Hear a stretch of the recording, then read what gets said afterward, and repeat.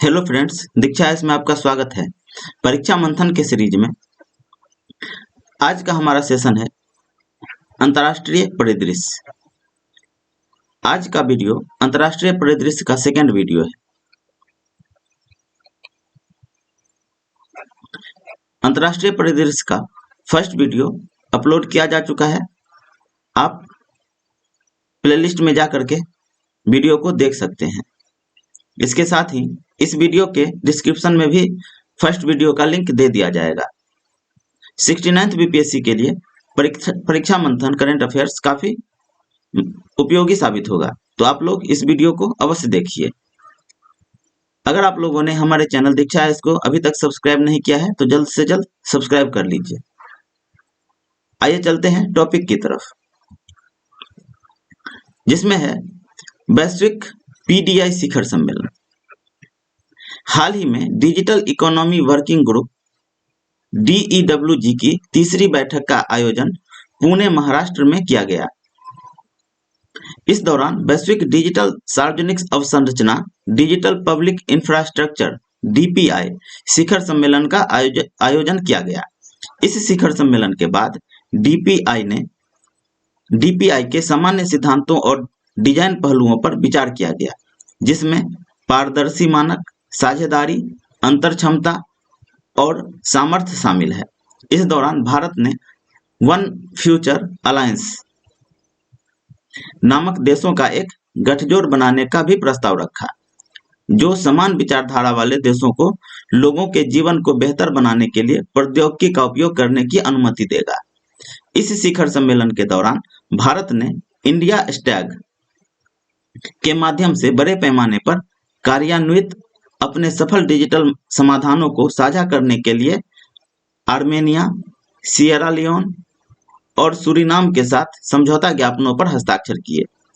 India stack के माध्यम से सभी 3 मूलभूत DPI डिजिटल पहचान Aadhaar, real time fast payment UPI और data empowerment protection architecture DEPA पर निर्मित अकाउंट एग्रीगेटर विकसित करने वाला भारत पहला देश बन गया।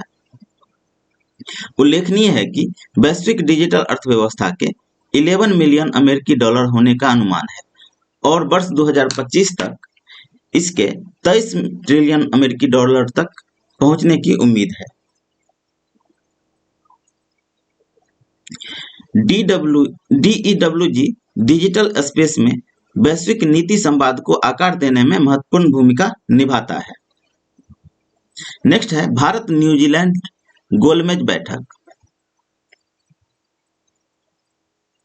जून 2023 में भारत और न्यूजीलैंड के बीच उद्योग और उद्योग संघों की पहली गोलमेज संयुक्त बैठक नई दिल्ली में संपन्न हुई।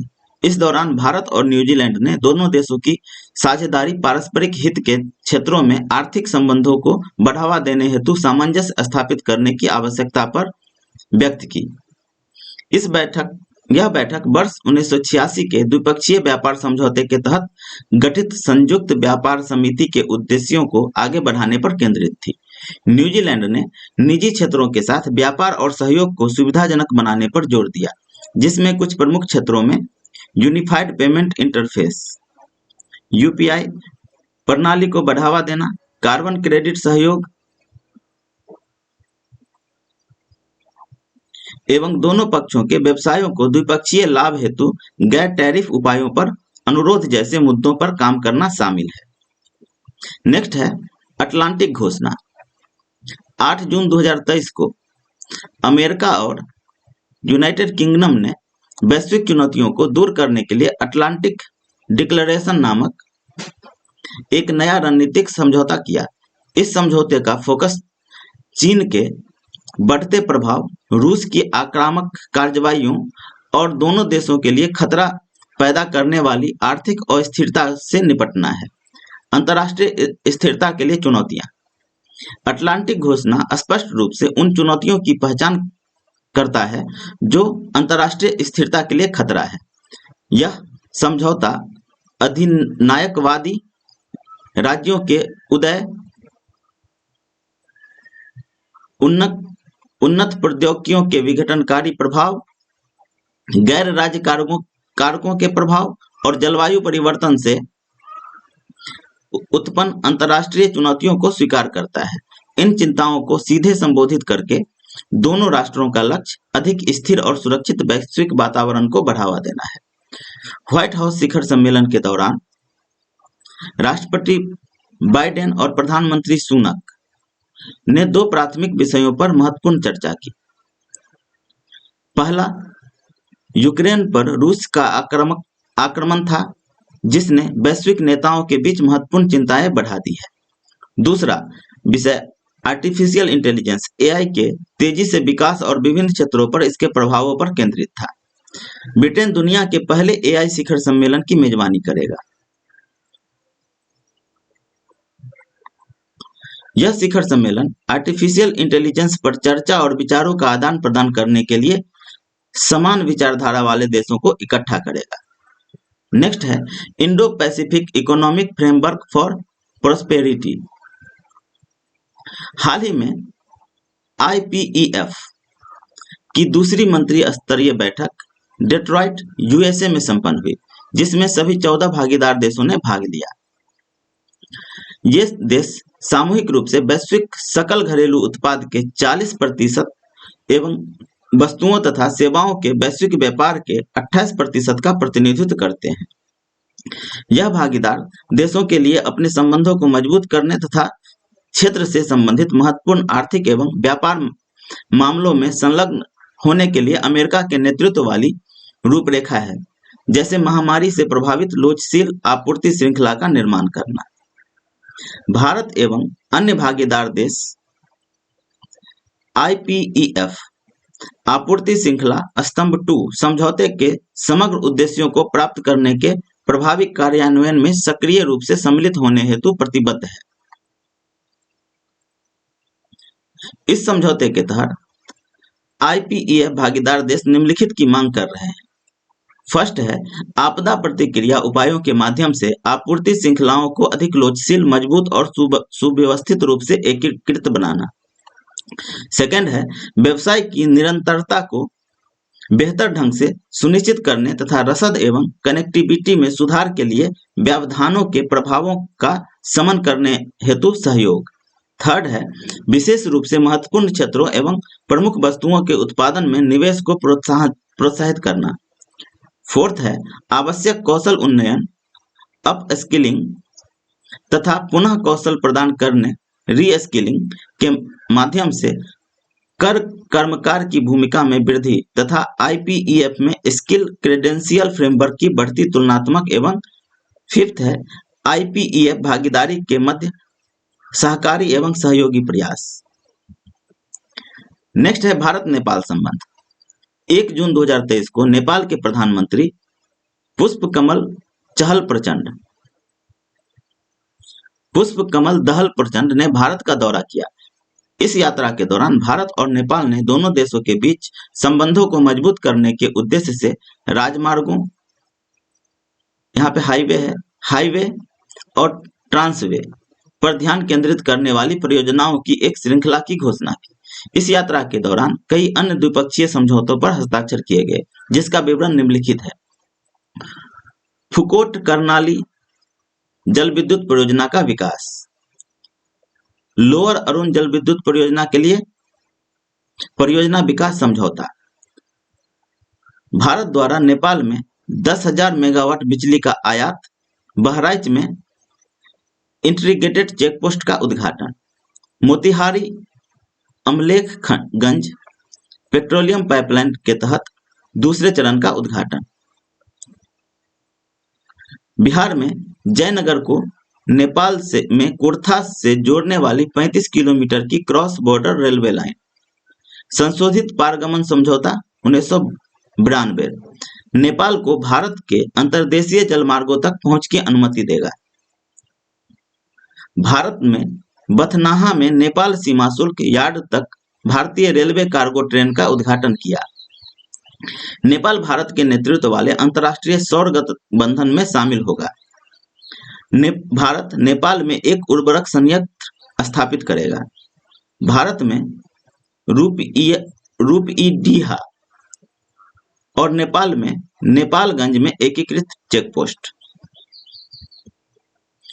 नेक्स्ट है रोजगार कार्य समूह की तीसरी बैठक।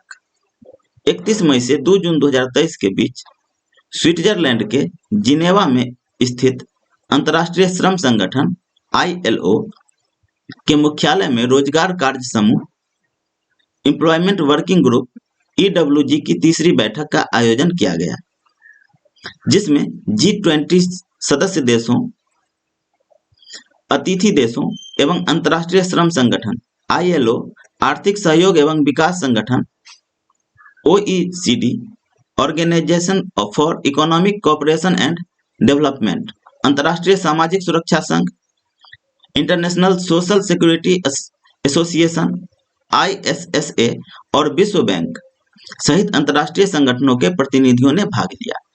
रोजगार कार्य समूह EWG G20 के अंतर्गत स्थापित एक फोरम है जो रोजगार, श्रम बाजारों तथा सामाजिक नीतियों से संबंधित मुद्दों का समाधान करता है। यह बैठकों में शामिल होने, अनुभव साझा करने और रोजगार संबंधी मामलों पर नीतिगत सिफारिशों के लिए G20 सदस्य देशों तथा संबंधित अंतर्राष्ट्रीय संगठनों के लिए एक मंच के रूप में कार्य करता है। इसका उद्देश्य रोजगार सृजन को बढ़ावा देकर श्रम बाजार के परिणामों में सुधार करना तथा श्रमिकों के लिए सामाजिक सुरक्षा सुनिश्चित करके समावेशी और सतत विकास को बढ़ावा देना। EWG के चरण। पहला चरण फरवरी 2023 में जोधपुर राजस्थान में आयोजित किया गया था। दूसरा चरण अप्रैल 2023 में गुवाहाटी असम में आयोजित किया गया। तीसरा चरण जिनेवा में 31 मई से 2 जून 2023 तक आयोजित किया गया। चौथा और अंतिम चरण जुलाई 2023 में इंदौर मध्य प्रदेश में आयोजित किया जाएगा। पहला चरण जोधपुर राजस्थान में आयोजित हुआ था। सेकंड चरण जो है गुवाहाटी असम में आयोजित हुआ था। तीसरा चरण जिनेवा में आयोजित हुआ है जो कि स्विट्जरलैंड में है, और चौथा चरण इंडिया में होगा, इंदौर मध्य प्रदेश। मतलब 3 चरण इंडिया में हुआ है, पहला, दूसरा और चौथा होगा। नेक्स्ट है सऊदी अरब और कनाडा के बीच पूर्ण राजनयिक संबंध बहाल। हाल ही में बैंकॉक में आयोजित एशिया प्रशांत आर्थिक सहयोग शिखर सम्मेलन के दौरान कनाडा के प्रधानमंत्री जस्टिन ट्रूडो और सऊदी अरब के शहजादे मोहम्मद बिन सलमान ने विचार विमर्श के बाद सऊदी अरब और कनाडा के बीच पूर्ण राजनयिक संबंध बहाल किया, जिसे टकराव के बाद वर्ष 2018 में निरस्त कर दिया गया था। नेक्स्ट है नई वैश्विक वित्तीय संधि के लिए शिखर सम्मेलन। नई वैश्विक वित्तीय संधि के लिए शिखर सम्मेलन हाल ही में पेरिस में हुआ, जिसमें देश के नेता, वित्त मंत्री और नागरिक समाज संगठन एक साथ आए। प्रदूषक भुगतान सिद्धांत पर चर्चा के लिए एक अतिरिक्त कार्यक्रम आयोजित किया गया था। इस शिखर सम्मेलन के दौरान आयोजित एक अतिरिक्त कार्यक्रम का शीर्षक था how to make polluters pay, climate finance to support global equality. इस सत्र में प्रदूषक भुगतान सिद्धांत की अवधारणा पर चर्चा की गई। यह सिद्धांत इस बात पर जोर देता है कि जो लोग प्रदूषण में योगदान करते हैं उन्हें अपने कार्यों से होने वाले पर्यावरणीय नुकसान के प्रबंधन की जिम्मेदारी उठानी चाहिए और इससे प्रभावित लोगों को मुआवजा देना चाहिए। ग्रीन हाउस गैसें, जिन्हें जलवायु परिवर्तन और प्रदूषण के विभिन्न रूपों में उनके योगदान के कारण प्रदूषक माना जाता है, चर्चा का मुख्य केंद्र बिंदु था। नेक्स्ट है भारत मिस्र संबंध। मिस्र है ये, भारत मिस्र संबंध। जून 2023 में भारत के प्रधानमंत्री नरेंद्र मोदी ने भारत और मिस्र के बीच द्विपक्षीय संबंधों पर चर्चा करने के लिए मिस्र का दौरा किया। इस दौरान उन्हें मिस्र के सर्वोच्च सम्मान ऑर्डर ऑफ द नाइल से सम्मानित किया गया था। वर्ष 2015 में स्थापित ऑर्डर ऑफ द नाइल मिस्र अथवा मानवता के लिए अमूल्य सेवाएं प्रदान करने वाले राष्ट्राध्यक्षों, राजकुमारों और उपराष्ट्रपतियों को मिस्र द्वारा प्रदान किया जाता है। इस दौरान नरेंद्र मोदी ने दुनिया के 7 अजूबों में सबसे पुराने गीजा के पिरामिड को देखा। इसके बाद वे मिस्र की राजधानी काहिरा में स्थित ऐतिहासिक अल काहिरा मस्जिद में भी गए। अल काहिरा मस्जिद। भारत के प्रधानमंत्री ने काहिरा में स्थित 11वीं सदी की अल काहिरा मस्जिद का दौरा किया, जिसे भारत के दाऊदी बोहरा समुदाय द्वारा बहाल किया गया था।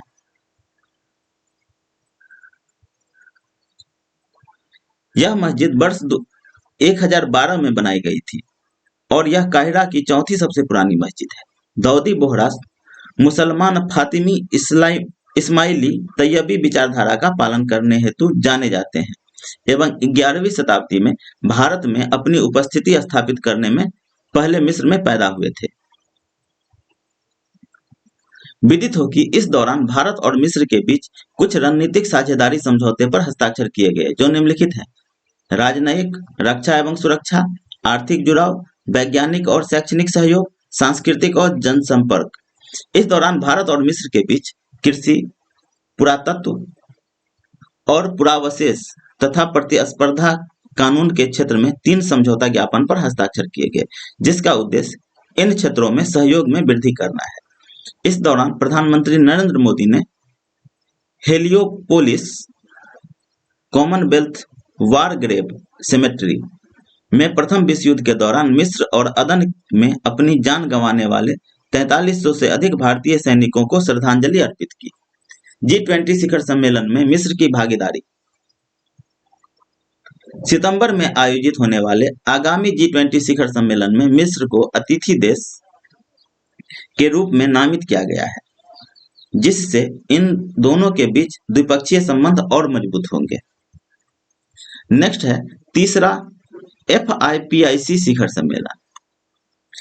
22 मई 2023 को port Moresby, Papua New Guinea में तीसरा भारत प्रशांत द्वितीय समूह सहयोग मंच EIPIC शिखर सम्मेलन आयोजित किया गया, जिसमें भारत के प्रधानमंत्री ने पापुआ न्यू गिनी के प्रधानमंत्री के साथ इसकी सह अध्यक्षता की और इसमें 14 प्रशांत द्वीपीय देशों ने भाग लिया। इस दौरान भारत के प्रधानमंत्री नरेंद्र मोदी को पापुआ न्यू गिनी के सर्वोच्च नागरिक सम्मान grand companion of the order of Logohu से सम्मानित किया गया। विदित हो कि भारत सभी देशों की संप्रभुता और अखंडता का समर्थन करता है और ग्लोबल साउथ के स्तर को विस्तृत करने हेतु अंतर्राष्ट्रीय संस्थानों में सुधार की साझा प्राथमिकता पर जोर देता है। इस दौरान पापुआ न्यू गिनी के प्रधानमंत्री ने भारत से G7 और G20 शिखर सम्मेलन में PIC का समर्थन करने का आग्रह किया। इसी के साथ क्वाड राष्ट्रों के नेताओं ने प्रशांत क्षेत्र में पलाऊ में से शुरू होने वाले open radio access network RAN को लागू करने की योजना की घोषणा की है। विदित हो कि भारत ने PIC में स्वास्थ्य सेवा, साइबर स्पेस, स्वच्छ ऊर्जा, जल और छोटे एवं मध्यम उद्योगों के क्षेत्रों में 12 पॉइंट विकास कार्यक्रम का भी अनावरण किया, जिसके अनुसार भारत फिजी में एक सुपर स्पेशलिटी कार्डियोलॉजी अस्पताल स्थापित करेगा।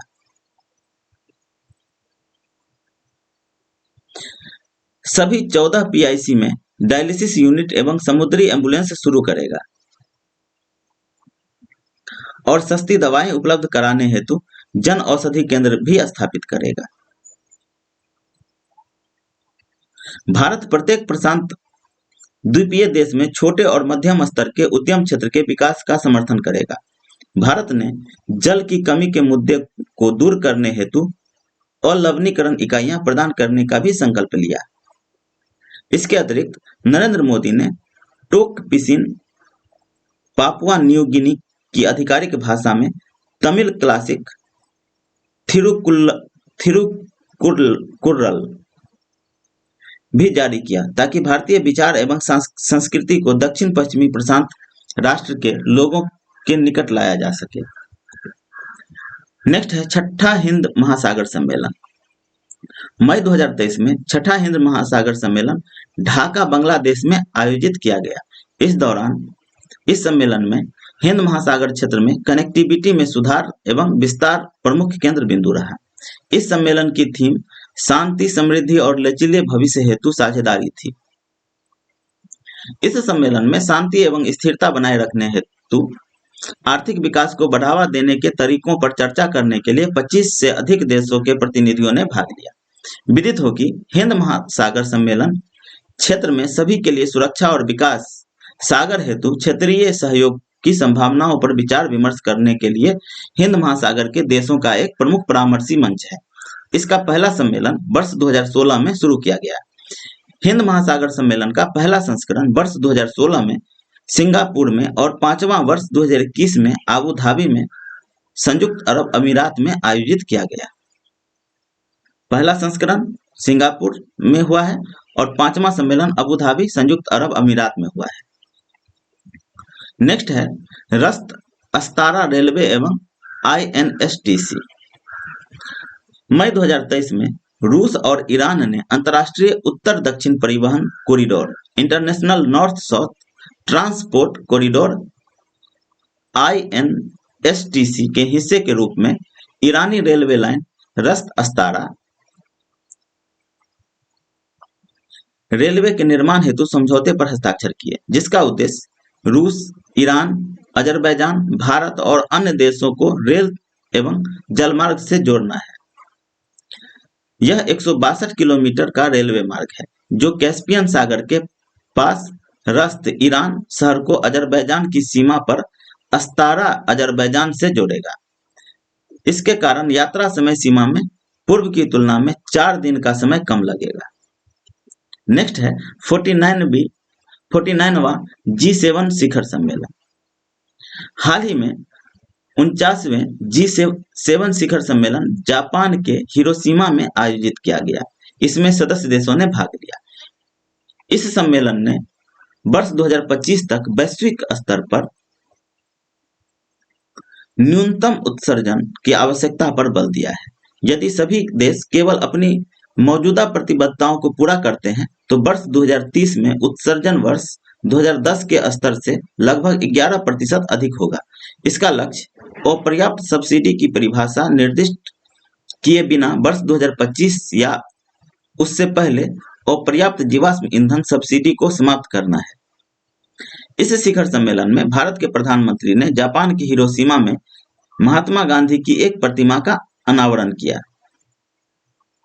इसके अतिरिक्त G7 सम्मेलन के मौके पर क्वाड लीडर्स समिट का आयोजन भी किया गया, जिसमें हिंद प्रशांत क्षेत्र के लिए साझा लोकतांत्रिक मूल्यों, रणनीतिक हितों और पहलों पर महत्वपूर्ण चर्चा की गई।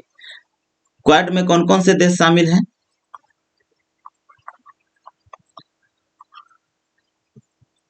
यह आप लोग कमेंट सेक्शन में कमेंट कीजिए। नेक्स्ट है quad leader summit. Quad leader summit को 23 मई 2023 को G7 शिखर सम्मेलन के अवसर पर आयोजित किया गया था। इसमें भारत के प्रधानमंत्री, अमेरिका के राष्ट्रपति जो बाइडेन, ऑस्ट्रेलिया के प्रधानमंत्री स्कॉट मॉरिसन और जापान के प्रधानमंत्री योशिहिदे सुगा शामिल हुए। क्वाड 4 लोकतंत्रों के बीच एक अनौपचारिक रणनीतिक संवाद है जो भारत प्रशांत क्षेत्र में समान हितों और मूल्यों को साझा करता है। क्वाड देशों के बीच सहयोग के प्रमुख क्षेत्रों में से एक जलवायु परिवर्तन है। नेताओं ने एक संयुक्त बयान जारी किया जिसमें पेरिस समझौते और इसके पूर्ण कार्यान्वयन के प्रति अपनी प्रतिबद्धता की पुष्टि की गई। नेक्स्ट है भारत यूरोपीय संघ व्यापार एवं प्रौद्योगिकी परिषद। हाल ही में भारत यूरोपीय संघ व्यापार और प्रौद्योगिकी परिषद TTC की पहली मंत्री स्तरीय बैठक ब्रुसेल्स बेल्जियम में हुई थी। इसको भी याद रखेंगे क्योंकि पहली बार हुआ है। कहाँ पे हुआ है? तो ब्रुसेल्स बेल्जियम में। विदित हो कि भारत यूरोपीय संघ व्यापार और प्रौद्योगिकी परिषद यूरोपीय संघ के लिए दूसरा द्विपक्षीय मंच तथा भारत के लिए किसी भी साझेदार के साथ स्थापित पहला मंच है।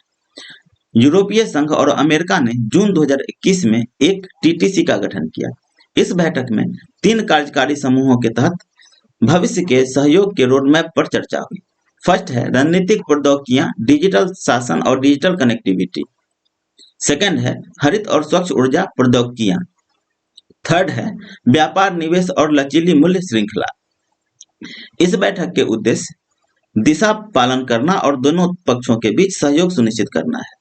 फर्स्ट है आपसी बाजार अभिगम को संबोधित करना, विश्व व्यापार संगठन में सुधार, मुक्त व्यापार संधियों एफटीए के लिए वार्ता, पारस्परिक हित के विभिन्न क्षेत्रों में सहयोग। नेक्स्ट है भारत, अमेरिका, यूएई और सऊदी अरब बुनियादी ढांचा पहल। मई 2023 में सऊदी अरब सरकार ने भारत, अमेरिका और संयुक्त अरब अमीरात के राष्ट्रीय सुरक्षा सलाहकारों ने एक विशेष बैठक की मेजबानी की। इसका उद्देश्य देशों के बीच संबंधों को मजबूत करना है ताकि क्षेत्र के विकास और स्थिरता में वृद्धि हो। यह बैठक बुनियादी ढांचे को लेकर क्षेत्रीय पहल पर केंद्रित थी। इस पहल का विचार IT2U2 यहाँ पे आए है I2U2 द्वारा पिछले 18 महीनों में आयोजित वार्ता के दौरान सामने आया।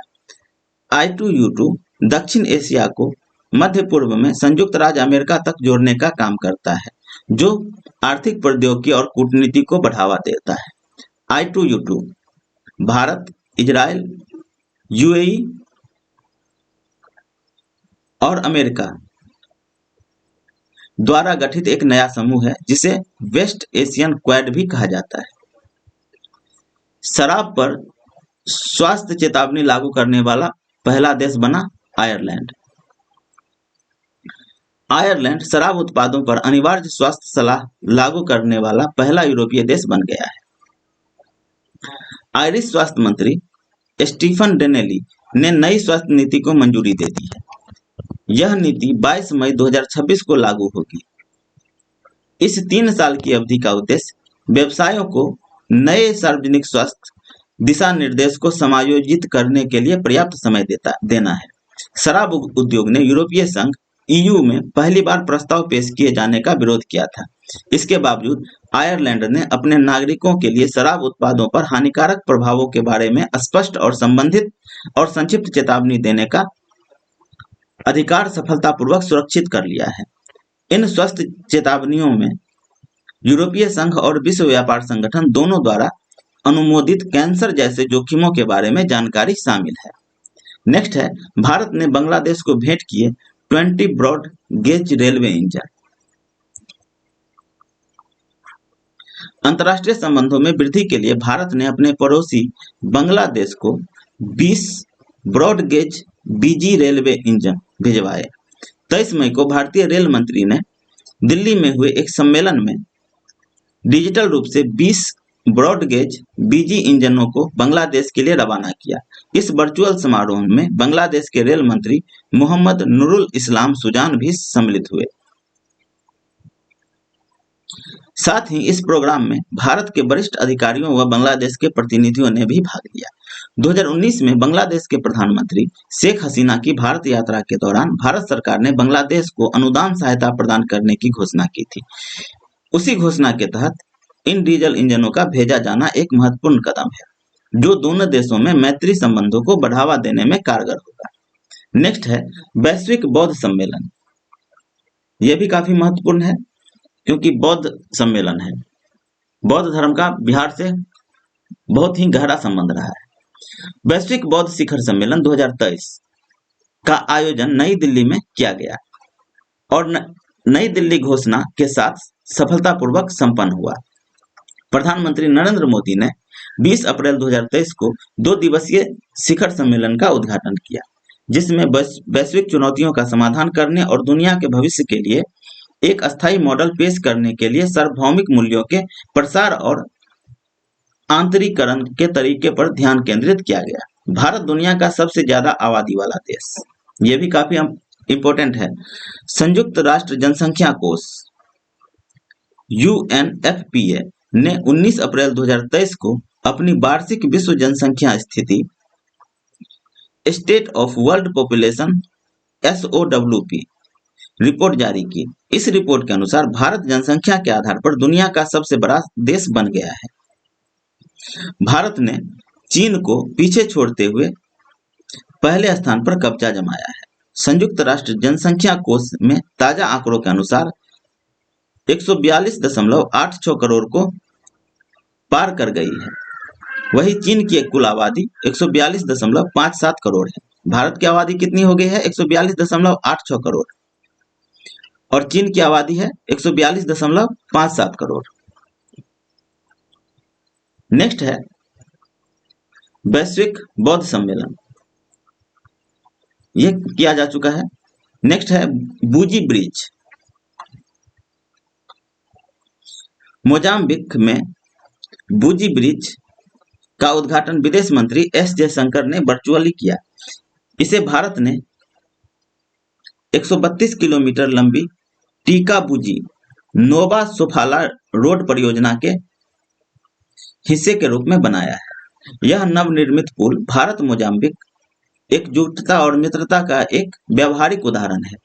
बूजी ब्रिज एक महत्वपूर्ण परियोजना है जो मोजाम्बिक के बुनियादी ढांचे के विकास के प्रति भारत की प्रतिबद्धता को प्रदर्शित करती है।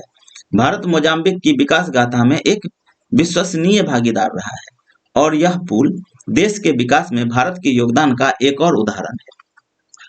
बूजी पुल कहाँ पे है? तो बूजी पुल मोजाम्बिक में है, जिसे भारत के द्वारा बनाया गया है और यह कितना लंबा है? तो 132 किलोमीटर लंबा है।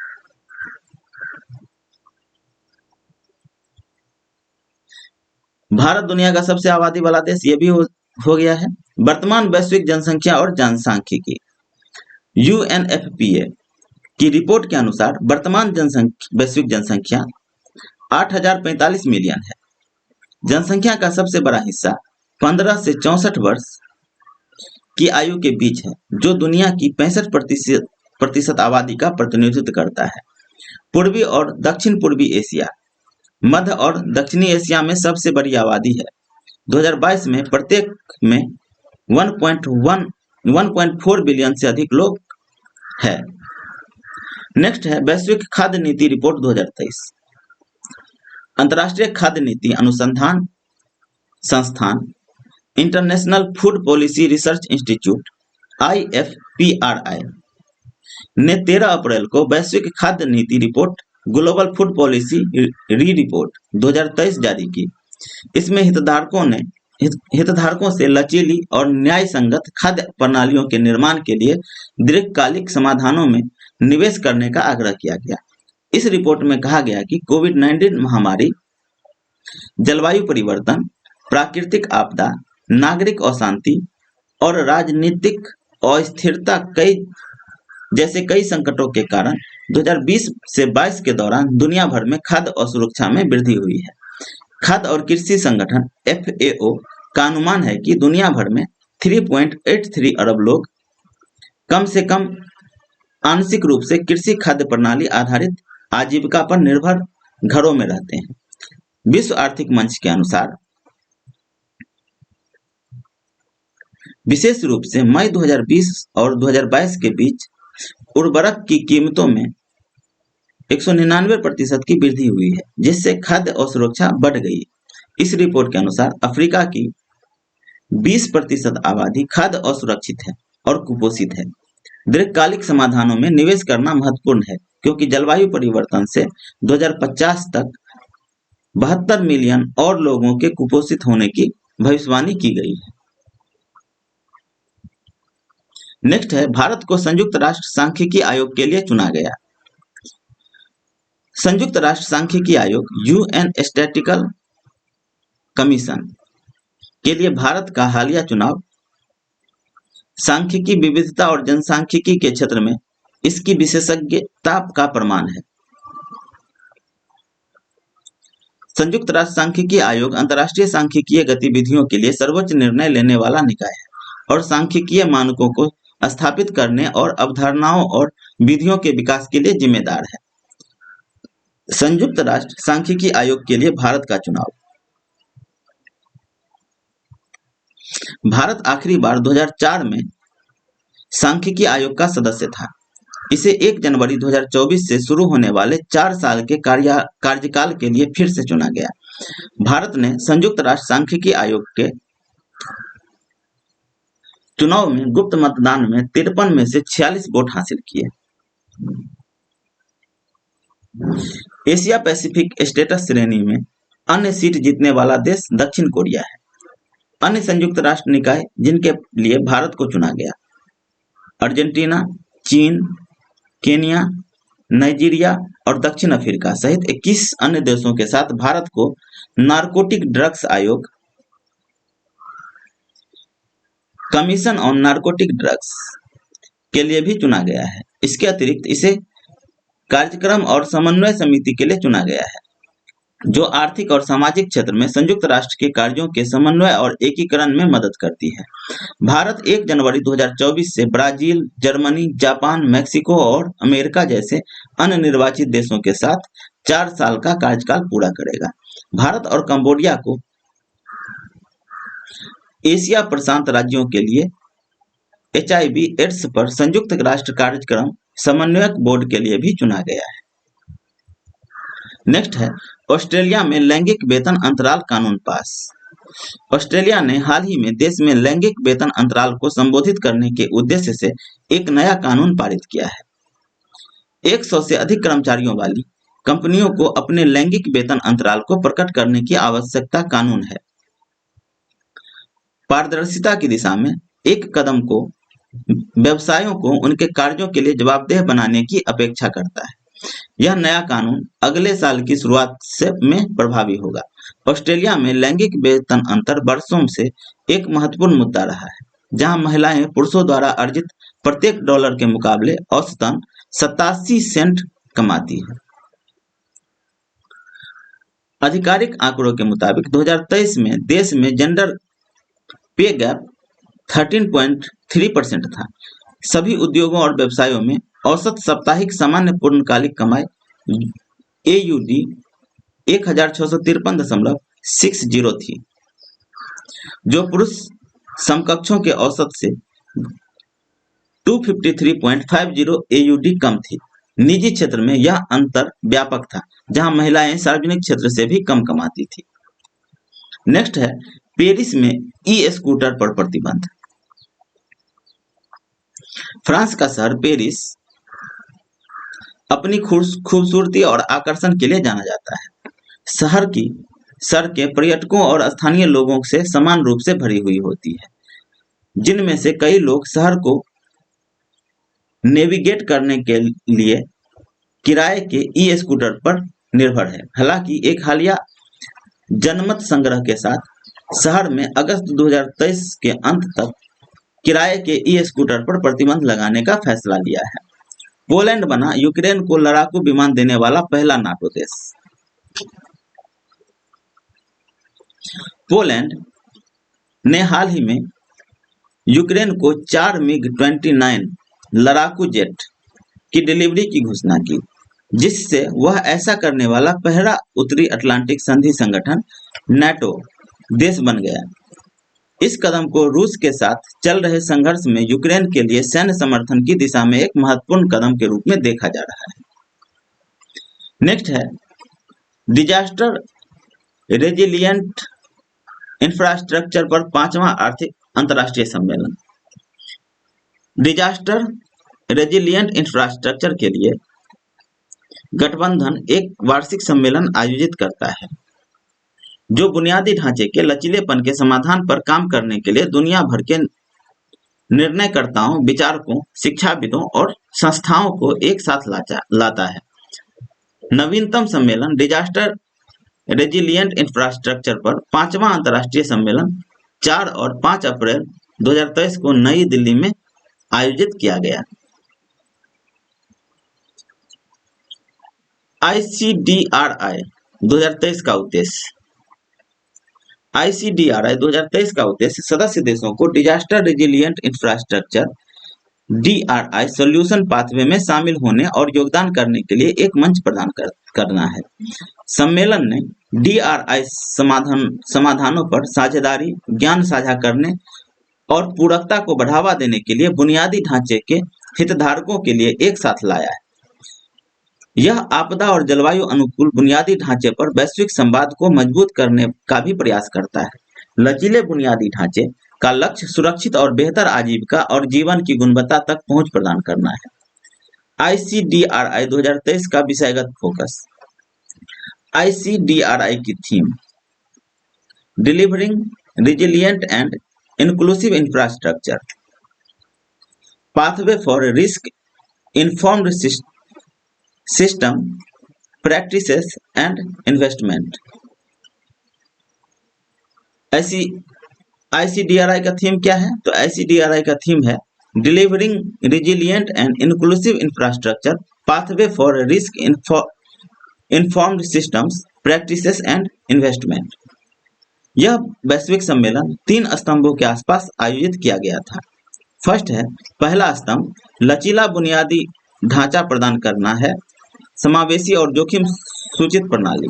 दूसरा स्तंभ है डिलीवरिंग रिजिलियंट इंफ्रास्ट्रक्चर है, रिजिलियंट इंफ्रास्ट्रक्चर एसेट्स के माध्यम से विश्वसनीय सेवाएं प्रदान करना। और थर्ड है डिलीवरिंग रिजिलियंट इंफ्रास्ट्रक्चर। नेक्स्ट है, ब्रिटेन बना CPTPP का सदस्य। ट्रांस पैसिफिक पार्टनरशिप के लिए व्यापक और प्रगतिशील समझौता, comprehensive and progressive agreement for trans Pacific partnership CPTPP एक व्यापक समझौता है जो 2017 में अमेरिका के वापस लेने के बाद ट्रांस पैसिफिक पार्टनरशिप TPP से उत्पन्न हुआ था। इस समझौते में 11 देश शामिल हैं: Australia, Brunei, Canada, Chile, Japan, Malaysia, Mexico, New Zealand, Peru, Singapore, Vietnam. CPTPP का उद्देश्य सदस्य देशों के बीच टैरिफ कम करके बाजार पहुंच में सुधार करके और आर्थिक विकास को बढ़ावा देकर व्यापार को बढ़ाना है। 31 दिसंबर 2022 को ब्रिटेन ने औपचारिक रूप से CPTPP में शामिल होने के लिए आवेदन किया। यहाँ पे CPTPP है जो इसे साझेदारी में शामिल होने वाला पहला यूरोपियन देश बना। पहला यूरोपियन देश कौन बना है? तो ब्रिटेन। अपेक्षित सदस्यता और प्रभाव। ब्रिटेन की सदस्यता के साथ CPTPP 500 मिलियन लोगों के बाजार को कवर करेगा, जो वैश्विक सकल घरेलू उत्पाद का लगभग 15% है। यूके सरकार के अनुमान के मुताबिक CPTPP में शामिल होने से लंबे समय में निर्यात को 1.8 बिलियन यूरो का बढ़ावा मिलेगा। GDP में अनुमानित 0.08% की वृद्धि होगी। बाजार पहुंच और विनियामक सामंजस्य। यूरोपीय संघ के विपरीत CPTPP के पास माल और सेवाओं के लिए एक ही बाजार नहीं है और नियामक सामंजस्य की आवश्यकता नहीं है। इसका मतलब यह है कि यूके में व्यवसाय नियमों के एकीकृत सेट का पालन किए बिना CPTPP देशों के बाजारों तक पहुंच सकते हैं। इसके अलावा CPTPP एक समान टैरिफ कटौती लागू नहीं करता है, जिससे सदस्य देशों को अपने स्वयं के टैरिफ पर बातचीत करने की अनुमति मिलती है। नेक्स्ट है, जॉर्जिया में हिंदू फोबिया का पर प्रस्ताव पारित। 27 मार्च को जॉर्जिया असेंबली ने हिंदू फोबिया, हिंदू विरोधी कट्टरता और असहिष्णुता की निंदा करते हुए एक प्रस्ताव पारित किया। इस संकल्प को रिपब्लिकन प्रतिनिधियों लॉरेन मैकडोनाल्ड, टॉड जोन्स, रिक जैस्पर्स, डेविड क्लार्क और ब्रेंट कॉक्स द्वारा प्रायोजित किया गया था और प्रतिनिधियों मैकडोनाल्ड और जोन्स द्वारा पेश किया गया। हिंदू फोबिया क्या है? हिंदू फोबिया एक ऐसा शब्द है जिसका उपयोग सनातन धर्म और हिंदुओं के प्रति शत्रुतापूर्ण, अपमानजनक और विनाशकारी व्यवहार को संदर्भित करने के लिए किया जाता है, जो घृणा, पूर्वाग्रह और भय के रूप में प्रकट हो सकता है। दुनिया भर में 1.2 बिलियन से अधिक अनुयायियों और अमेरिका में रहने वाले 4 मिलियन से अधिक लोगों के साथ अमेरिकी हिंदू समुदाय ने विज्ञान, व्यापार, चिकित्सा, योग, आयुर्वेद, ध्यान, संगीत, कला और अन्य क्षेत्रों में महत्वपूर्ण योगदान दिया है। प्रस्ताव के लिए आंदोलन। हिंदू फोबिया के खिलाफ संकल्प में अटलांटा अध्याय के प्रयासों के परिणाम के रूप में आया। यह उत्तरी अमेरिका के हिंदू समुदाय का प्रतिनिधित्व करने वाला एक जमीनी स्तर पर वकालत करने वाला समूह है। इस पक्ष समर्थक समूह का उद्देश्य हिंदू समुदाय के सामूहिक हितों की रक्षा करना है। हिंदू फोबिया हिंदू विरोधी कट्टरता और असहिष्णुता की निंदा करने वाले जॉर्जिया के इस प्रस्ताव का कोई कानूनी परिणाम नहीं है, क्योंकि यह एक साधारण प्रस्ताव है। हालांकि यह हिंदू समुदाय के प्रति एक प्रतीकात्मक संकेत के रूप में कार्य करता है, उनके योगदान को पहचानता है और उनके खिलाफ किसी भी प्रकार के भेदभाव की निंदा करता है। नेक्स्ट है यूएस कनाडा सीमा समझौता। अनाधिकृत सीमा पार बिंदुओं से शरण चाहने वालों के प्रवाह को रोकने के उद्देश्य से एक नया यूएस कनाडा सीमा समझौता हाल ही में प्रभावी हुआ है। समझौते ने एक खामी को बंद कर दिया है, जो पहले प्रवासियों को प्रवेश के ऐसे अनौपचारिक बंदरगाहों पर शरण का दावा करने की अनुमति देता था। नए समझौते के तहत 3145 मील 5060 किलोमीटर की सीमा के साथ कहीं भी पार करते हुए पकड़े गए प्रवासियों को अब वापस भेजा जा सकता है। यह ऐसे समय में आया जब अमेरिका की ओर से कनाडा में प्रवासी क्रॉसिंग में वृद्धि हुई। नया सौदा सुरक्षित तीसरे देश अधिनियम सेफ थर्ड कंट्रीज एक्ट एसटीसीए को आंतरिक जलमार्गों सहित पूरी सीमा तक विस्तारित करता है। 2004 के मूल समझौते में प्रवासियों को पहले सुरक्षित देश में शरण का दावा करने की आवश्यकता थी, चाहे वह अमेरिका हो या कनाडा। एसटीसीए ने किसी भी राष्ट्र को प्रवेश के आधिकारिक बिंदुओं पर प्रवासियों को दूर करने की अनुमति दी, लेकिन रोक्सडैम रोड जैसे अनाधिकृत क्रॉसिंग बिंदुओं पर नहीं। नेक्स्ट है संयुक्त राष्ट्र 2023 जल सम्मेलन। संयुक्त राष्ट्र 2023 जल सम्मेलन न्यूयॉर्क में 22 से 24 मई तक आयोजित किया गया, जो 50 वर्षों में पानी पर पहला शिखर सम्मेलन है। सम्मेलन सदस्य देशों, संयुक्त राष्ट्र प्रणाली और हितधारकों को समान रूप से कार्रवाई करने और वैश्विक स्तर पर सफल समाधान लाने के लिए एक महत्वपूर्ण क्षण होगा। पेरिस मोमेंट फॉर वाटर सम्मेलन पानी के लिए पेरिस क्षण हो सकता है, जैसा कि सह मेजबान देशों तजाकिस्तान और नीदरलैंड के पानी के लिए विशेष दूतों द्वारा वर्णित है। यह सम्मेलन पानी और आर्थिक ध्यान केंद्रित करना चाहता है, जो स्वास्थ्य, भोजन, लिंग समानता, शिक्षा, आजीविका, उद्योग, जलवायु और पर्यावरण सहित 17 सतत विकास लक्ष्यों में से कई के लिए एक महत्वपूर्ण आधार है। वैश्विक जल संकट। विश्व मौसम विज्ञान संगठन के अनुसार लगभग 3.6 अरब लोग हर साल कम से कम 1 महीने के लिए अपनी जरूरत पूरा करने के लिए पर्याप्त पानी पीने के लिए संघर्ष करते हैं। सुरक्षित पानी और स्वच्छता एक मानव अधिकार होने के बावजूद अरबों लोगों को जीवन के लिए इन आवश्यक चीजों तक पहुंच नहीं है, जैसे कि संयुक्त राष्ट्र ने कहा है। नेक्स्ट है सबसे कम विकसित देशों की सूची से बाहर होगा भूटान। भूटान दक्षिण एशिया में एक लैंडलॉर्ड देश 23 दिसंबर 2023 को सबसे कम विकसित देशों की सूची से हटा दिया जाएगा। वह सूची में से ग्रेजुएट होने वाला 7वां देश बन जाएगा। गरीबी में कमी, शिक्षा, स्वास्थ्य सेवा और लैंगिक समानता सहित सतत विकास प्रयासों के आधार पर भूटान के ग्रेजुएशन की घोषणा संयुक्त राष्ट्र महासभा द्वारा 2018 में की गई थी। यह भूटान के लिए एक महत्वपूर्ण मील का पत्थर है, क्योंकि यह आर्थिक और मानव विकास के मामले में देश की प्रगति का प्रतिनिधित्व करता है। सबसे कम विकसित देशों की सूची क्या है? सबसे कम विकसित देशों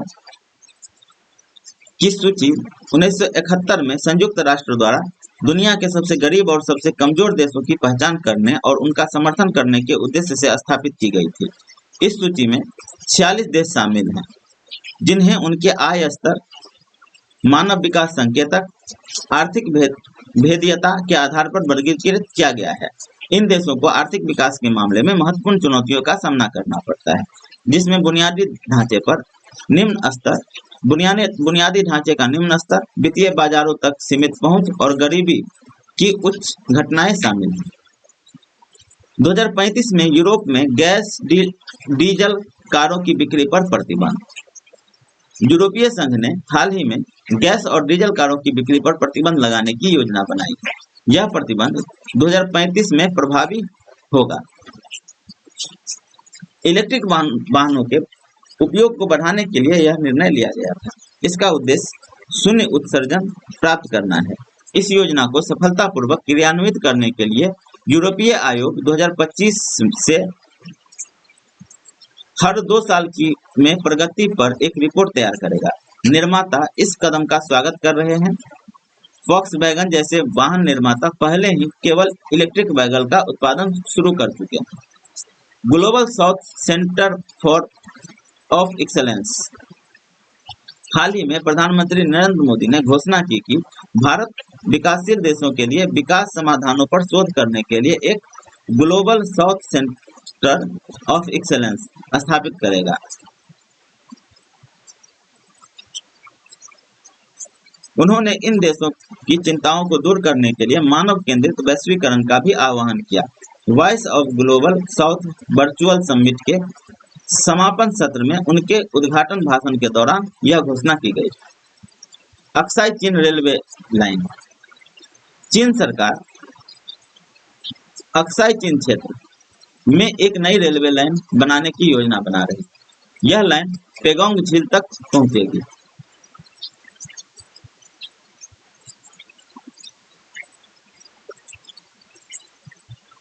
यह वास्तविक नियंत्रण रेखा के काफी करीब चलेगी। इस रेलवे लाइन का पहला चरण 2025 तक पूरा हो जाएगा। इस चरण के दौरान चीन जियांगसे और पकुत्सो के बीच एक रेलवे लाइन बिछाएगा। 2035 तक इस लाइन को पूरा करने की योजना है। चीन ने हाल ही में तिब्बत क्षेत्र के लिए एक मध्यम अवधि की रेलवे लाइन और दीर्घकालिक रेलवे योजना का प्रस्ताव रखा है। अक्साई चीन रेलवे लाइन इसी योजना का एक हिस्सा है। इस योजना के तहत चीन तिब्बत के रेलवे कनेक्शन को 4000 किलोमीटर तक बढ़ाएगा। वर्तमान में यह 1400 किलोमीटर है और नई रेलवे लाइन भारत नेपाल सीमा से होकर गुजरेगी। साथ ही यह G219 NH से होकर गुजरेगी। भारत फ्रांस UAE त्रिपक्षीय सहयोग पर। हाल के दिनों में भारत संयुक्त अरब अमीरात के साथ अपने द्विपक्षीय व्यापार को बढ़ा रहा है। CEPA और संयुक्त अरब अमीरात के गोल्डन वीजा कार्यक्रम विस्तारा के साथ व्यापारिक संबंध तेजी से बढ़े हैं। दूसरी तरफ फ्रांस के साथ भारत के मजबूत रक्षा संबंध हैं। फाइटर जेट्स से लेकर ड्रोन्स तक भारतीय सेना फ्रांस में बने सामानों का इस्तेमाल कर रही है। संबंधों को और आगे बढ़ाते हुए भारत इन देशों के साथ त्रिपक्षीय सहयोग पहल शुरू कर रहा है। त्रिपक्षीय सहयोग पहल क्या है? इस पहल के तहत तीनों देश ऊर्जा परियोजनाओं को डिजाइन और क्रियान्वित करने के लिए मिलकर काम करेंगे। यह परियोजनाएं ऊर्जा संरक्षण, जलवायु परिवर्तन और जैव विविधता के संरक्षण के आसपास केंद्रित होगी। फोकस का मुख्य क्षेत्र हिंद महासागर क्षेत्र है। नेक्स्ट है युवा पेशेवर योजना। भारत और यूके की सरकारों ने 9 जनवरी 2023 को यंग प्रोफेशनल्स स्कीम लॉन्च करके प्रवासी भारतीय दिवस मनाया, जो 18 से 30 वर्ष के बीच के 3000 डिग्री धारक नागरिकों को 2 साल की अवधि के लिए एक दूसरे के देशों में रहने और काम करने की अनुमति देता है। इस योजना की घोषणा नवंबर में बाली में G20 शिखर सम्मेलन में की गई थी। ऑस्ट्रेलिया में स्कूली पाठ्यक्रम में शामिल पंजाबी मार्च 2023 में ऑस्ट्रेलिया की सरकार ने अपने स्कूली पाठ्यक्रम में पहले से निर्धारित विषयों में पंजाबी को भी शामिल कर लिया है। इनकी मांग बहुत पहले से हो रही थी। ऑस्ट्रेलियाई सरकार ने अपनी नई शिक्षा नीति में पंजाबी भाषा जोड़ लिया है। विदित हो कि वर्ष 2011 की जनगणना के अनुसार ऑस्ट्रेलिया में सिखों की आबादी 2,10,000 से अधिक थी, जो अब दोगुनी हो चुकी है। यह निर्णय उन देशों को भी भारतीय भाषा को शिक्षा में शामिल करने के लिए प्रेरित करेगा जहां जहां भारतीयों की आबादी हाल के दशकों में काफी बढ़ी है, जैसे Fiji, Mauritius, America, England. Bharat Ukraine संघर्ष पर अंतर्राष्ट्रीय संगठनों में भारत की स्थिति। फरवरी 2023 में रूस यूक्रेन के युद्ध को 1 वर्ष हो चुके हैं। इस दौरान यूक्रेन में अस्थायी शांति के लिए यूएन महासभा के मतदान में भारत ने भाग नहीं लिया। इसके पक्ष में 141 और विरोध में 7 मत पड़े, जबकि भारत सहित 32 देश मतदान से दूर रहे। जबकि इससे पूर्व भी भारत ने संयुक्त राष्ट्र महासभा के निंदा प्रस्ताव में भी वोट नहीं किया था। इसके बाद भारत ने संयुक्त राष्ट्र सुरक्षा परिषद और अंतर्राष्ट्रीय मानवाधिकार परिषद में मतदान में भाग नहीं लिया।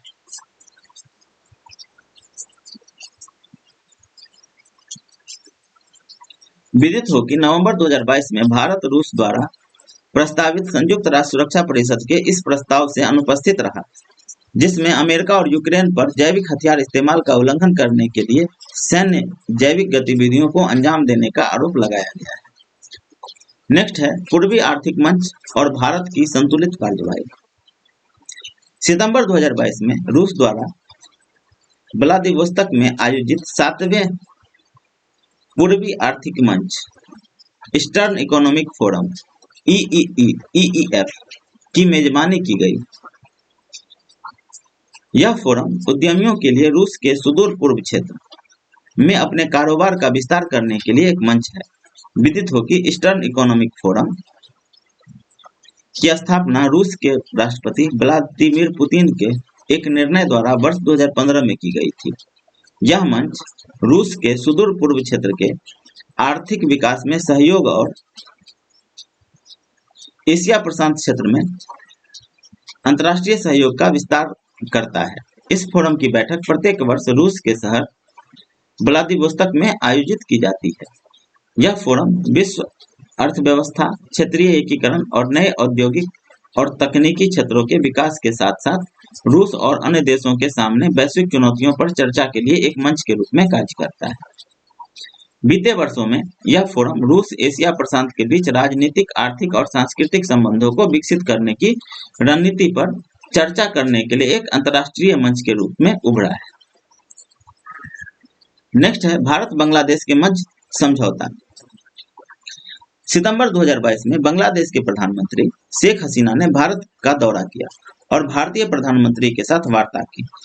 इस दौरान भारत और बांग्लादेश ने नदी जल के बंटवारे से लेकर अंतरिक्ष तक के सहयोग क्षेत्रों में सहयोग के प्रमुख समझौते पर हस्ताक्षर किए और साथ ही नई कनेक्टिविटी तथा ऊर्जा पहल का अनावरण भी किया।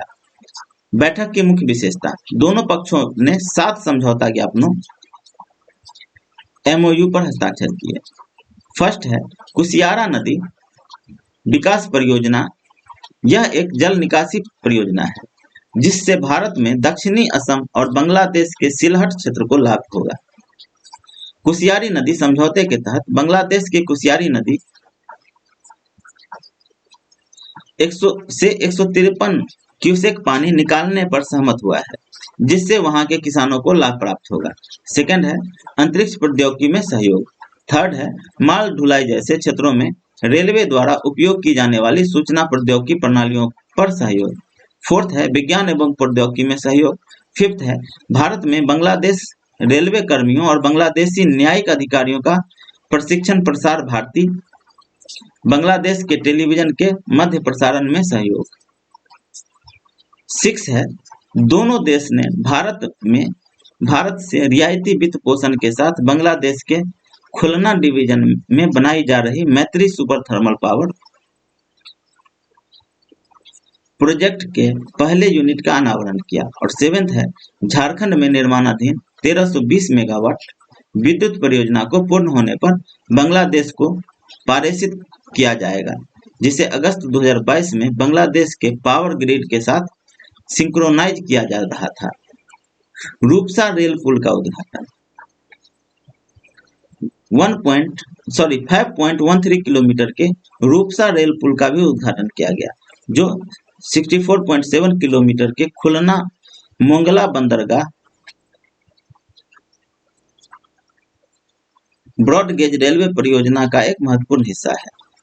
इस पुल का निर्माण $389 मिलियन के भारतीय ऋण लाइन ऑफ क्रेडिट के साथ किया गया था। यह बांग्लादेश के दूसरे सबसे बड़े बंदरगाह मोंगला के साथ कनेक्टिविटी को बढ़ाएगा। नेक्स्ट है COP27। हाल ही में मिस्र के शर्म अल शेख शहर में संपन्न हुए संयुक्त राष्ट्र जलवायु शिखर सम्मेलन COP27 की बैठक पर गंभीर चिंता व्यक्त की गई कि विकसित देश वित्त और समान प्रतिबद्धताओं एवं अपने वायदों से पीछे हट गए हैं। उन्होंने जीवाश्म ईंधन की खपत एवं उत्पादन में और वृद्धि की है। कार्बन बॉर्डर्स टैक्स 2021 में यूरोपीय संघ EU ने carbon borders adjustment mechanism CBAM का प्रस्ताव लाया था, जो 2026 से सीमेंट और स्टील जैसी कार्बन गहन वस्तुओं पर कर लगाएगा। COP27 में अमेरिका, चीन, भारत, ब्राजील, दक्षिण अफ्रीका और कम विकसित देशों सहित कई देशों द्वारा इस पर रोष प्रकट किया गया। वित्त संबंधित चर्चा COP27 में विशेष बल वित्त पोषण की समस्या को हल करने पर था। विकसित देश विकासशील देशों को जलवायु परिवर्तन से निपटने में मदद करने के लिए प्रत्येक वर्ष $100 अरब जुटाने की घोषणा में बार-बार विफल हो रहे हैं। मौसमी घटनाओं पर चर्चा, नुकसान और क्षति।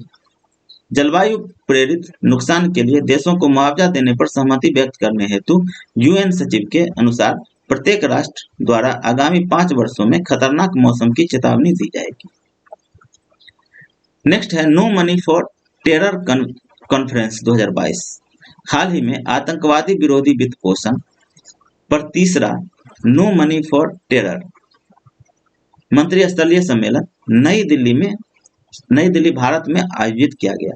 भारत के प्रधानमंत्री नरेंद्र मोदी ने दृढ़ता से आतंकवाद से निपटने में किसी भी अस्पष्टता से बचने के लिए कहा और उन देशों के खिलाफ भी चेतावनी दी है जो आतंकवाद को विदेश नीति के एक उपकरण के रूप में प्रयोग करते हैं।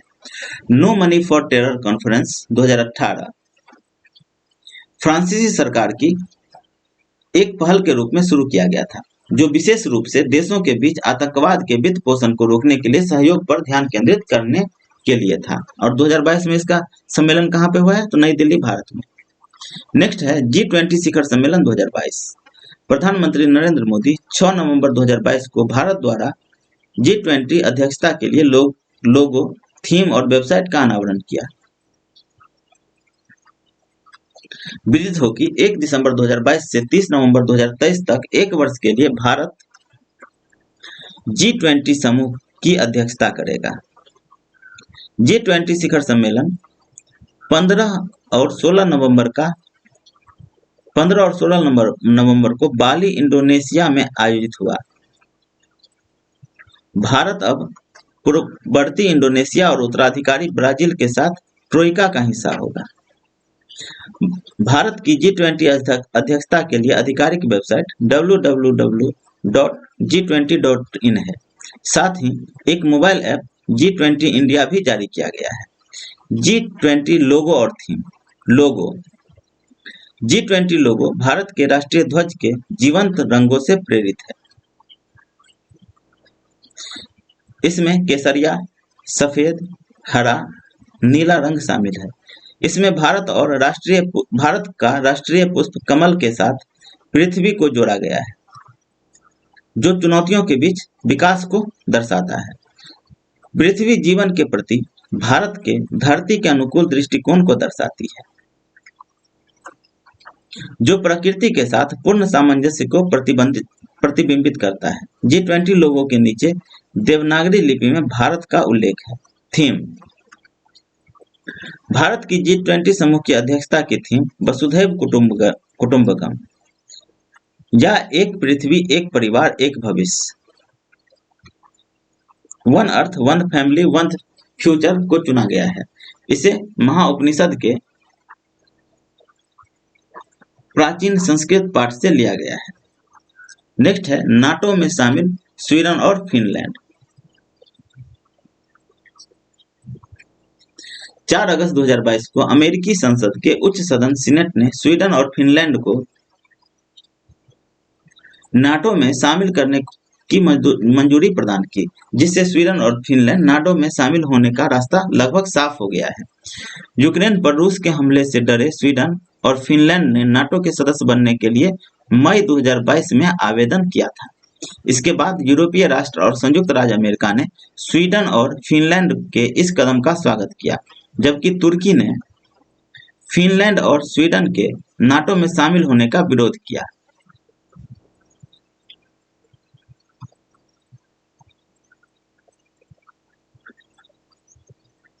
नाटो में शामिल होने के लिए सभी 30 नाटो सदस्यों के समर्थन की जरूरत होती है। यह सोवियत संघ के खिलाफ सामूहिक सुरक्षा प्रदान करने के लिए संयुक्त राज्य अमेरिका, कनाडा और प्रमुख पश्चिमी यूरोपीय देशों Belgium, Denmark, France, Iceland, Italy, Luxembourg, Netherlands, Norway, पुर्तगाल, यूके द्वारा अप्रैल 2049 की उत्तरी अटलांटिक संधि, जिसे वाशिंगटन संधि भी कहा जाता है, द्वारा स्थापित एक सैन्य संगठन है। वर्तमान में इसमें 30 सदस्य देश शामिल हैं। इसका मुख्यालय ब्रुसेल्स, बेल्जियम में स्थित है। नेक्स्ट है फेट की ग्रे लिस्ट। अक्टूबर 2022 में फाइनेंशियल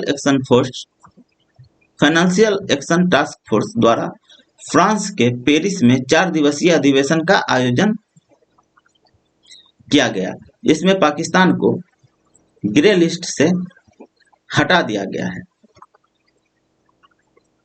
विदित हो कि पाकिस्तान को जून 2018 में फेट की ग्रे लिस्ट में शामिल किया गया था। विदित है कि हाल ही में फेट ने माल्टा, जिम्बाब्वे, बोत्सवाना और मॉरिशस को ग्रे लिस्ट से हटाकर जिब्राल्टर को ग्रे लिस्ट में शामिल कर लिया है। यह एक अंतर सरकारी निकाय है जिसे 1989 में पेरिस में G7 शिखर सम्मेलन के दौरान स्थापित किया गया था। फेट ने अनुशंसाएं या मानक विकसित करने किए हैं जो संगठित अपराध, भ्रष्टाचार, मनी लॉन्ड्रिंग और आतंकवाद को रोकने के लिए एक समन्वित वैश्विक प्रतिक्रिया सुनिश्चित करते हैं। फेट की सूचियां ग्रे लिस्ट जिन देशों को टेरर फंडिंग और मनी लॉन्ड्रिंग का समर्थन करने के लिए सुरक्षित स्थल माना जाता है।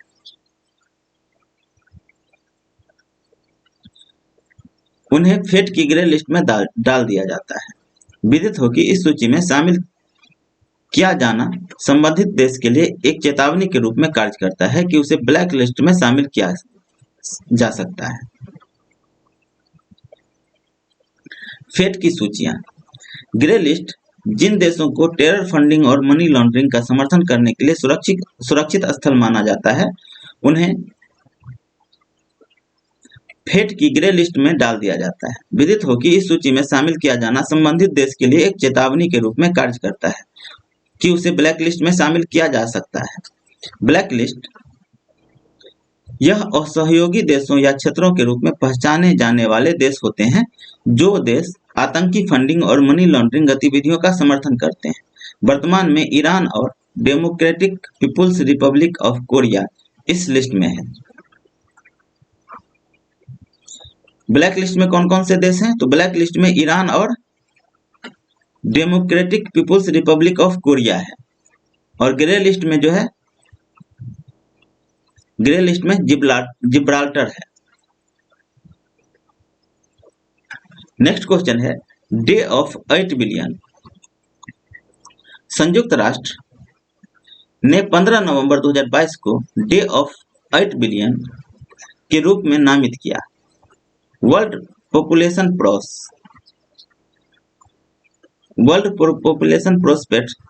प्रोस्पेक्ट्स रिपोर्ट 2022 के अनुसार वैश्विक जनसंख्या 15 नवंबर 2022 को 8 अरब तक पहुंचने का अनुमान है। यह मील का पत्थर 7 अरब के आंकड़े को पार करने के बाद केवल 11 वर्षों में पूरा हो गया है। वैश्विक जनसंख्या में यह अभूतपूर्व उछाल मुख्य रूप से मानव जीवन में क्रमिक वृद्धि के कारण है, जिसका बेहतर सार्वजनिक स्वास्थ्य, पोषण, व्यक्तिगत स्वच्छता और चिकित्सा को जाता है।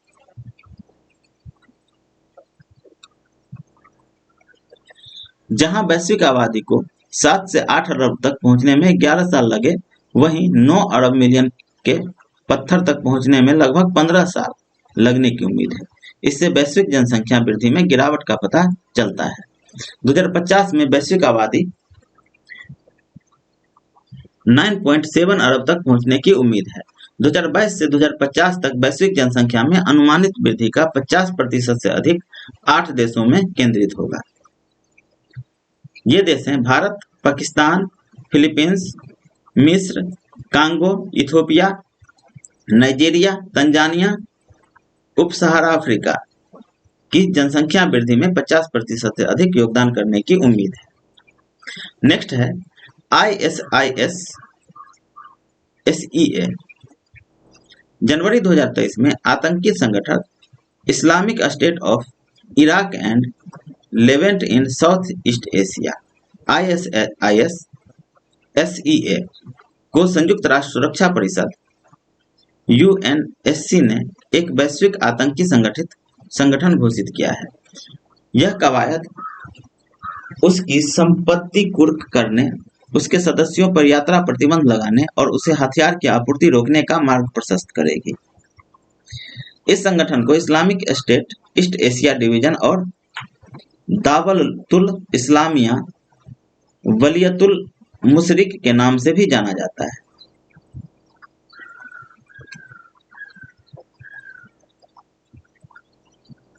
संयुक्त राष्ट्र की वेबसाइट के मुताबिक इसका गठन 15 जून 2016 में हुआ था। नेक्स्ट है न्यू स्टार्ट संधि। फरवरी 2023 में रूस ने अमेरिका के साथ न्यू स्टार्ट संधि को निलंबित कर दिया। साथ ही रूस ने कहा कि यदि अमेरिका परमाणु हथियारों का परीक्षण करता है तो रूस भी परमाणु परीक्षण करेगा। विदित हो कि परमाणु हथियारों की संख्या नियंत्रित करने को लेकर रूस और अमेरिका के बीच सबसे पहले 1991 में सामरिक शस्त्र न्यूनीकरण संधि हुई थी। इसे स्टार्ट 1 नाम दिया गया था। इसके तहत प्रत्येक पक्ष 1550 परमाणु हथियार व 700 अर्धमहाद्वीपीय बैलिस्टिक मिसाइल की तैनाती कर सकता है। 2010 में दोनों देशों ने न्यू स्टार्ट संधि हुई। 2010 में दोनों देशों के बीच न्यू स्टार्ट संधि हुई, मगर कुछ संशोधनों के साथ फरवरी 2011 में अमल में आई। इसके बाद फरवरी 2021 में इसे 5 साल के लिए और बढ़ाया गया। LDC पर दोहा राजनीतिक घोषणा। मार्च 2023 में विश्व के नेताओं द्वारा दोहा राजनीतिक घोषणा, दोहा पॉलिटिकल डिक्लेरेशन को अपनाने के साथ अल्प विकसित देशों पर 5वां संयुक्त राष्ट्र सम्मेलन संपन्न हुआ।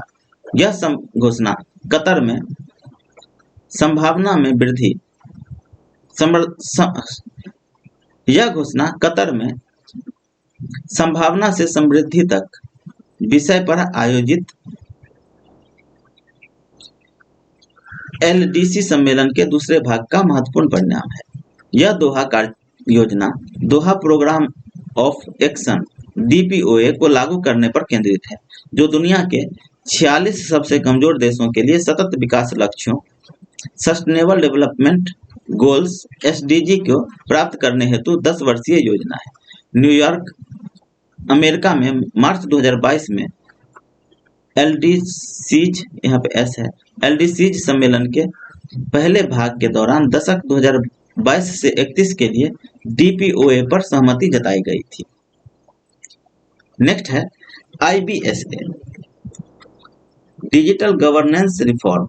भारत, ब्राजील और दक्षिण अफ्रीका ने मिलकर त्रिपक्षीय IBSA फोरम का गठन किया है, जो डिजिटल गवर्नेंस में सुधार की प्रक्रिया में प्रमुख भूमिका निभा सकते हैं। IBSA दक्षिण-दक्षिण सहयोग और विनिमय को बढ़ावा देने के लिए भारत, ब्राजील और दक्षिण अफ्रीका के बीच एक त्रिपक्षीय विकासात्मक पहल है। 6 जून 2023 को ब्राजील में 3 देशों के विदेश मंत्रियों की बैठक हुई और ब्राजीलिया घोषणा पत्र जारी किया गया। तब इस समूह को औपचारिक रूप दिया गया और इसका नाम IBSA डायलॉग फोरम रखा गया। भारत ऑस्ट्रेलिया आर्थिक सहयोग और व्यापार समझौता। नवंबर 2022 में ऑस्ट्रेलियाई संसद ने भारत ऑस्ट्रेलिया आर्थिक सहयोग और व्यापार समझौते को मंजूरी दी। यह पहला मुक्त व्यापार समझौता है जिस पर भारत ने 1 दशक से अधिक समय के बाद किसी प्रमुख विकसित देश के साथ हस्ताक्षर किए हैं। इस समझौते में 2 मित्र देशों के बीच द्विपक्षीय आर्थिक और वाणिज्यिक संबंधों के क्षेत्र में सहयोग शामिल है तथा इस समझौते में निम्नलिखित क्षेत्रों को भी शामिल किया गया है: वस्तु व्यापार, उत्पत्ति के नियम, सेवाओं में व्यापार, व्यापार की तकनीकी बाधाएं, स्वच्छता और पादप स्वच्छता उपाय, विवाद निपटान, व्यक्तियों की आवाजाही, दूर संचार सीमा शुल्क प्रक्रियाएं, फार्मास्यूटिकल्स उत्पाद और अन्य क्षेत्रों में सहयोग। नेक्स्ट है लॉस एंड डैमेज फंड। नवंबर 2022 में संपन्न COP27 शिखर सम्मेलन में संयुक्त राष्ट्र के प्रतिनिधियों ने एक लॉस एंड डैमेज फंड बनाने पर सहमति व्यक्त की, जो जलवायु संबंधी आपदाओं के कारण सबसे कमजोर देशों को हुए उनके नुकसान की क्षतिपूर्ति करेगा। विदित है कि लॉस एंड डैमेज जलवायु परिवर्तन के प्रभावों को संदर्भित करता है, जिसे ग्रीन हाउस गैस उत्सर्जन में कटौती या अनुकूल से टाला नहीं जा सकता। इनमें न केवल संपत्ति की आर्थिक क्षति बल्कि आजीविका की हानि और जैव विविधता एवं सांस्कृतिक महत्व वाले स्थलों का विनाश भी शामिल है। इसमें क्या क्या शामिल है? संपत्ति की आर्थिक क्षति, आजीविका की हानि, जैव विविधता एवं सांस्कृतिक महत्व वाले स्थलों का विनाश। इससे प्रभावित देशों के लिए मुआवजे का दावा करने का दायरा बढ़ जाता है। भारत नॉर्वे हरित समुद्री क्षेत्र। नवंबर 2022 में 8वीं भारत नॉर्वे समुद्री संयुक्त कार्य समूह की बैठक मुंबई, भारत में आयोजित की गई। इससे पहले भारत ने मैरीटाइम इंडिया विजन 2030 भी तैयार किया था, जिसने क्षमता वृद्धि आदि पर ध्यान केंद्रित करने वाले बंदरगाहों, शिपिंग, जलाशयों, जलमार्गों जैसे विभिन्न समुद्री क्षेत्रों में 150 से अधिक पहलों की पहचान की गई है। उल्लेखनीय है कि नॉर्वे के पास समुद्री क्षेत्र में तकनीकी विशेषज्ञता है। भारत में समुद्री क्षेत्र और प्रशिक्षित नाविकों के बड़े पूल के विकास की बड़ी क्षमता है, जो दोनों देशों को प्राकृतिक पूरक भागीदार बनाते हैं। नेक्स्ट है भारत और परमाणु अप्रसार संधि। अगस्त 2022 में न्यूयॉर्क स्थित संयुक्त राष्ट्र मुख्यालय परमाणु अप्रसार संधि की समीक्षा के लिए 10वां अंतर्राष्ट्रीय सम्मेलन संपन्न हुआ। हालांकि सम्मेलन में एक आम सहमति का निर्णय नहीं हो सका, जो एक ऐसे समय में कुछ अप्रत्याशित ही माना जा सकता है, जब विश्व की कई प्रमुख शक्तियां परस्पर संघर्षरत है। एक और निराशाजनक परिदृश्य यह रहा कि भारत ने एक परमाणु शक्ति संपन्न राष्ट्र होने के बावजूद NPT में अधिक दिलचस्पी नहीं दिखाई, जबकि समय की आवश्यकता यह है कि भारत नए आयाम ग्रहण कर रहे अंतर्राष्ट्रीय परमाणु विमर्श पर अपेक्षाकृत अधिक ध्यान दे और अपने स्वयं के असैन्य और सैन्य परमाणु कार्यक्रमों पर पुनर्विचार करें। इसके साथ ही आज का वीडियो यहीं पे समाप्त होता है। नेक्स्ट वीडियो के साथ जल्द मिलेंगे। अगर आप लोगों को वीडियो अच्छा लगे तो वीडियो को लाइक कीजिए, हमारे चैनल दीक्षा इसको सब्सक्राइब कीजिए और अपने दोस्तों में शेयर कीजिए। धन्यवाद।